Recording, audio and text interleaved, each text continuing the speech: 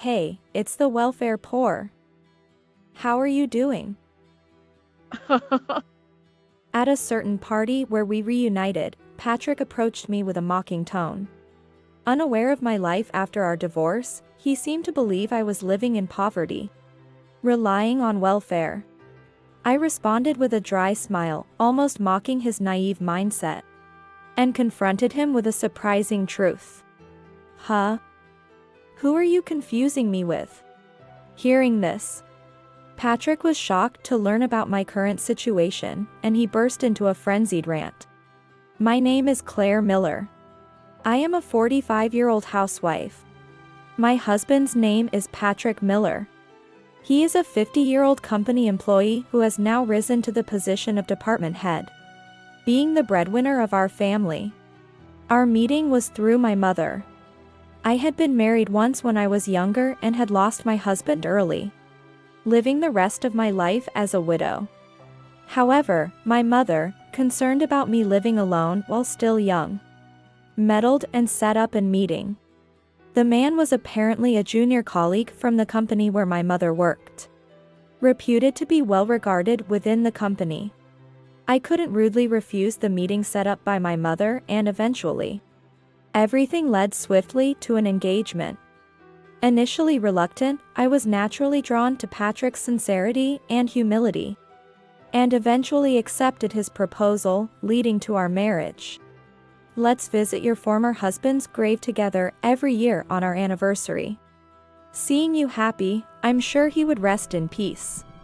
I was deeply grateful to Patrick for understanding my feelings about not being able to forget my previous husband.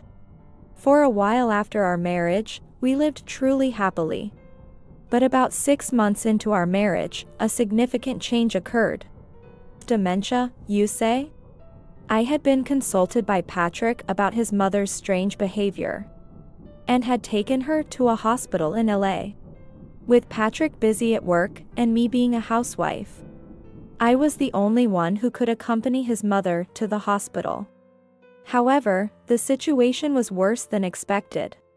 Moreover, it has progressed quite far. It's dangerous for her to live alone in this state.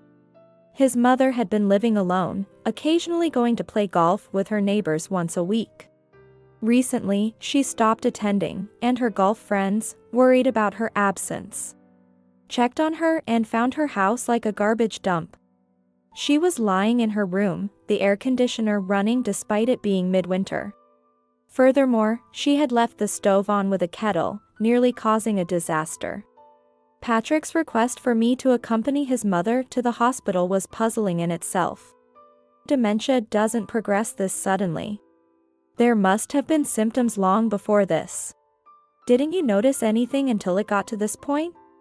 This question from the doctor brought suspicion to my mind. When my mother first introduced me to Patrick, he didn't bring his mother along.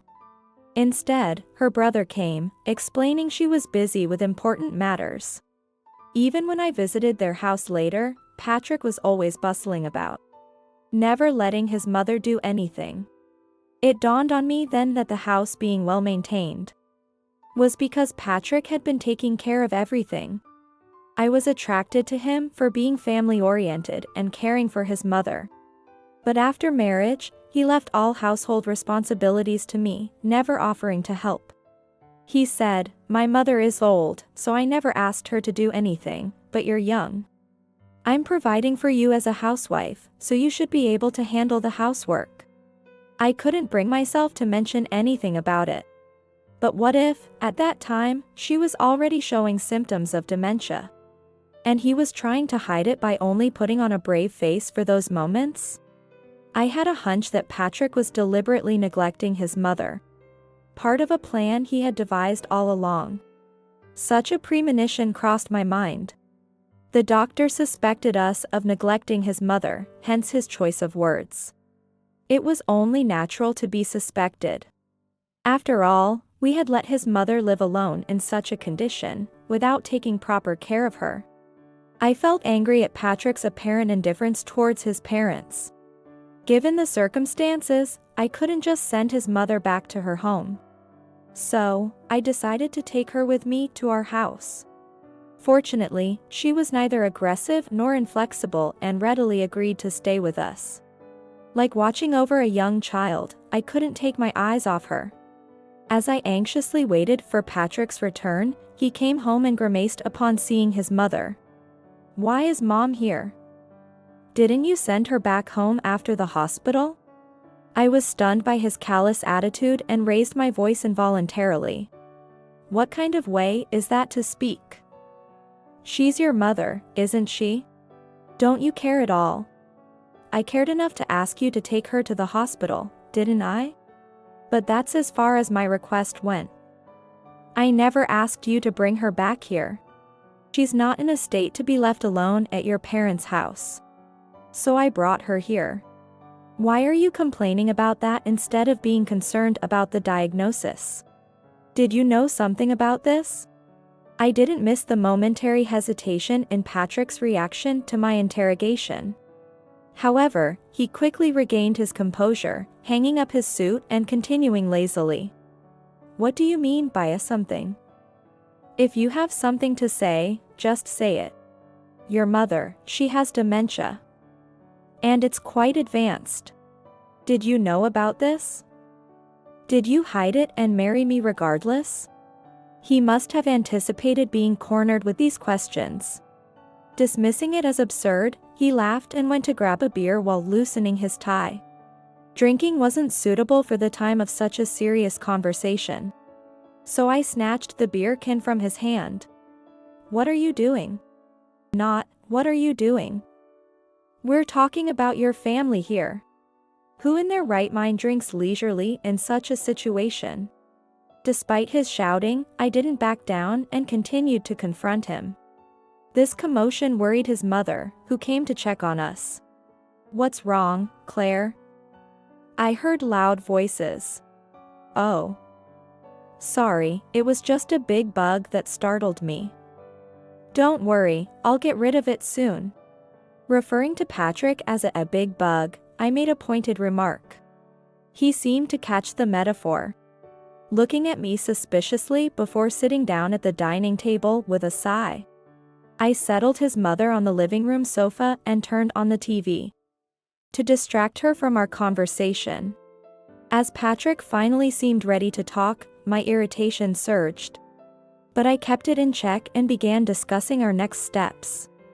Honestly, if her dementia is that advanced, we need to consider putting her in a facility. Then you handle the paperwork. I don't have time for my job. You're free all day, aren't you? Taking care of her should be no problem for you. Are you planning to leave all your parents' care to me? First, we need to persuade your mother about her condition. We can't just force her into a facility without her consent. What? You haven't even discussed it with her yet?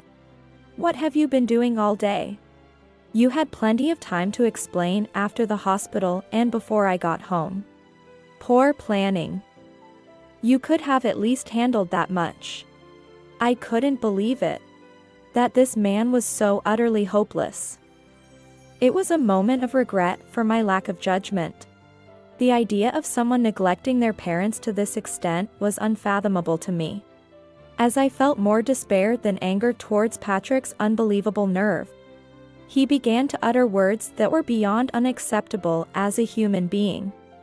"I'm busy with work. I'll leave everything about Mom to you, just handle it anyway. But don't deduct anything from my salary for her expenses. I don't want any unnecessary costs. She's your mother, isn't she?" As I raised my voice in disbelief at his incomprehensible words. His mother must have sensed something was wrong. Seeing her worried face peeking into the kitchen, I quickly put on a smile to reassure her. Patrick seemed to take this as an opportunity. He left his mother in my care and retreated to his room as if escaping, locking the door. Even when I tried to talk to him, he wouldn't open the door or respond. I decided to wait until the next day to settle things with him. But that was the beginning of a mistake. Patrick didn't return home for nearly a month. When I called him, he blocked my number. When I inquired at his company, they said he was absent and wouldn't tell me his whereabouts. I was at a loss about what to do. Then, I received a call from an unknown number. Hello? Answering the call with suspicion, it turned out to be Patrick. And I could hear noisy sounds in the background. I called because I have something to tell you. You have something to tell me? Where are you right now? I have things to discuss too. Why haven't you come home? What about your mother? What are you thinking? As I raised my voice, Patrick sighed wearily and spoke surprising words in an irritated tone. I'm tired of your nagging. I probably won't return to that house anymore. Pack my things. I'll proceed with the divorce through a lawyer. What? What did you just say? I was stunned by his unbelievable words, my mind going blank, unable to comprehend the meaning. I'm divorcing you.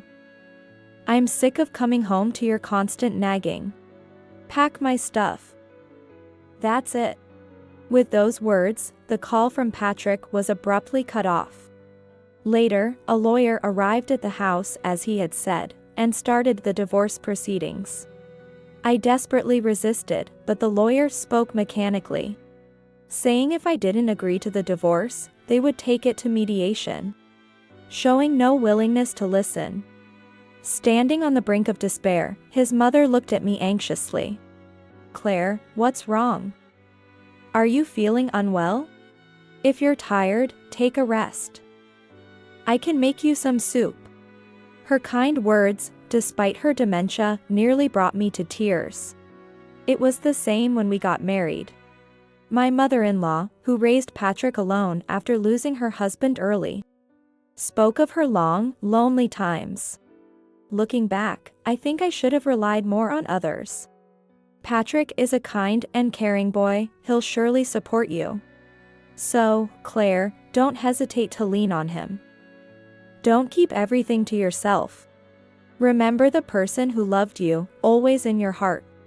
Your happiness is surely the greatest joy for the one watching from heaven.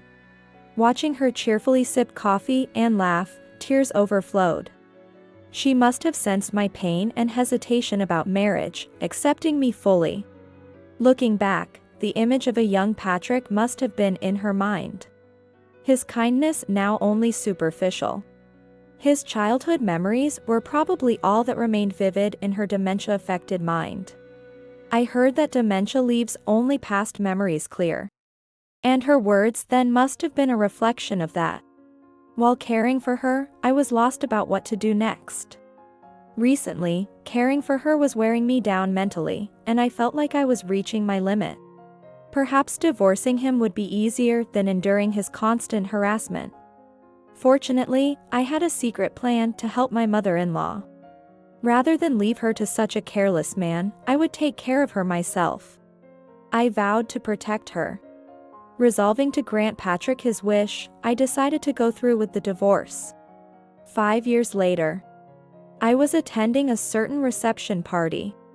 Dressed in a gown, I was exchanging greetings with various celebrities. It was then that I locked eyes with someone approaching from the front, who smirked upon recognizing me. Look, it's the welfare poor. How are you doing? It was Patrick, accompanied by a very beautiful woman.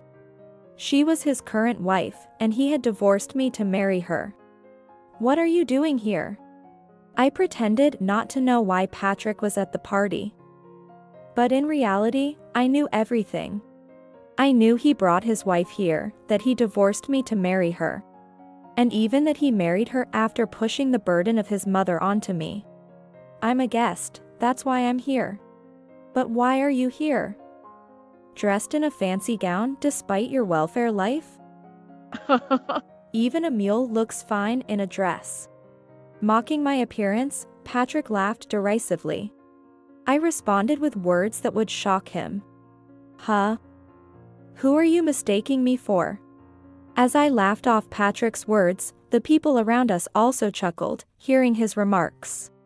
Patrick and his wife looked surprised and flustered. turning their gazes between me and the crowd. Then, the brother of Patrick's wife, who is a scion of a wealthy family, approached me and bowed deeply. "Chairwoman, thank you very much for your invitation to this event." "Chairwoman?" Patrick was shocked to hear this, and his wife also opened her eyes wide in surprise. "What? You didn't know this person is the chairwoman of Bradley Company?" Patrick's brother-in-law looked at him coldly, as if to say, "You came to this reception party without even knowing who the host is?" The looks that seemed to say as much pierced through Patrick. "Chairwoman Bradley, I hope my brother-in-law hasn't done anything rude to you." "Has he?" His words, loaded with implication, made Patrick's expression contort. Surely, the harassment, the divorce, and the issues with his mother were all racing through his mind, causing internal panic. While observing this, I maintained a pleasant smile and responded dismissively, "No, not at all. Your brother-in-law, right? I didn't know. We have had interactions before, so it's all right." Patrick and his wife were perplexed by my response. They probably thought he didn't know Patrick was my ex-husband, and that his affair with his current wife during our marriage was a secret. Sweat was visibly running down his wife's forehead. But they were mistaken from the beginning. The reception party started soon after, and as the host, I was introduced and went up on stage. During the event, I was asked about the secrets to my management success and why I decided to start my company.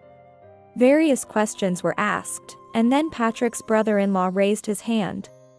I heard there was a particular catalyst that led Chairwoman Bradley to manage her company. What was that catalyst? The attendees also seemed interested in his question, their attention turning to me. I told them I had something to show, and started playing a shocking video on the screen. "What is this?" The video showed Patrick and his wife, and the unknowing attendees looked puzzled, wondering what was happening. "These two are the reason I climbed to where I am today." As I said this with a refreshing smile, Patrick realized the background of the video. In a panic, he tried to rush onto the stage, shouting, "Stop it." However, I had anticipated his reaction and signaled to the male staff from my company, who restrained him. The video played uninterrupted, eliciting murmurs of surprise throughout the party venue. "Well, it all worked out great, huh?" I managed to divorce that woman and even dumped the demented old hag on her. Now I'm finally free. I was nervous at first. I mean, a mother-in-law with dementia? No thanks, I'm not into caregiving. Then you came up with that bold plan. It freaked me out. But it was a genius idea, right? Mary Claire, dump the old lady on her, then divorce. Just act like I didn't know about dementia, no problem. I admit, I panicked when I heard she nearly started a fire, but now, it's none of my business. Related by blood or not, I don't need dead weight. The participants were speechless at the video of Patrick and his wife laughing. They were appalled by the couple's inhuman remarks. His wife, noticing the stares, panicked, and Patrick collapsed weakly, in despair. But I wasn't finished yet. I owe my success in business and my rise to where I am now to my ex-husband, Patrick, and his current wife. I was brilliantly tricked by both. Abandoned by my husband with a demented mother-in-law and left behind in the house. He thought I was penniless, living on welfare. Little did he know, I had saved up $9 million before we even married. If he had any interest in his wife, he would have investigated or asked, right? What do you all think? Hearing my words, Patrick and his wife looked shocked, with Patrick blurting out in astonishment, $9 million. I used to run multiple companies when I was young, generating millions annually. After earning enough for a lifetime, I retired early, and thanks to him, I didn't need to touch that money, comfortably navigating married life. When we met, I was already a homemaker, helping out with my family's business. So he suspected nothing. As I shared this with a troubled smile, the audience ridiculed them for their ignorance, making Patrick and his wife the butt of the joke. Witnessing this, Patrick's brother-in-law, who was quietly observing, was approached by his sister, who begged him for help. But then, an unexpected turn of events occurred. Despite being pushed to rock bottom by my worthless ex-husband, someone helped me. Lighting, please spotlight him. The spotlight, which had been on me, shifted unexpectedly to Patrick's brother-in-law. His wife, startled, looked back and forth between me and her brother in confusion. This video, well captured, isn't it? It records their conversation. Who do you think filmed it? Upon my question, Patrick's wife's face turned to despair, realizing that her brother, who she thought was her ally, was involved. As you clever people have guessed, only someone close to them could have recorded this. Indeed, this invaluable footage was filmed by her brother, who cooperated with me. At that moment, the blood drained from Patrick's face. He hadn't expected that I would be in cahoots with his wife's brother. As I began explaining why I collaborated with him, Patrick and his wife were left speechless. After being burdened with everything by my lousy ex, I started a new business to support my mother-in-law in a facility. Then I received a call from him. He learned of the affair and subsequent marriage when my ex bragged about it to a co-worker at his company, and the story reached the president, his brother. Patrick's indiscretion had caused his downfall. He reached out to me, worried, and wanted to personally support my venture. He became an investor and now is a valued business partner. He empathized with me, having been cheated on and divorced by his previous wife too. As I spoke, the brother-in-law clenched his fists in anger, staring daggers at Patrick and his wife. Having such disgraceful people in his family was unacceptable. He said he'd do anything to help me get my revenge. That's how today came to be. After revealing everything, I turned a cold gaze toward Patrick and his wife, while the audience's icy stares pierced them. Overwhelmed by the hostile atmosphere, Patrick and his wife were visibly shaken. I walked slowly towards them and delivered the final blow in front of everyone. I never want to associate with scum like you again. I will protect my mother-in-law for life. Never interfere with our family again. Staff, please escort these people out. Hearing my words, Patrick frantically reached out to me, resisting as the staff forcefully removed him. His wife, accompanied by female staff, left the venue quietly, too overwhelmed by shock and fear to resist, realizing her family knew everything. Thus, I successfully avenged years of resentment. My mother-in-law now lives comfortably in a facility. I visit her after work every day. Even with her dementia progressing, she remembers me, if not her son. I want to keep watching you become happier. Surrounded by smiles, grateful that my love kept me in her memories. My mother-in-law beside me, we looked up at the sky together, hoping for a long life. This became our daily routine. Since then, Patrick and his wife have been disowned by his family. Patrick, having disgraced his company, was effectively forced out. But of course, a man who marries into a wealthy family and behaves like this deserves no sympathy. Now, the two live in obscurity in the countryside, struggling day by day in an unfamiliar place.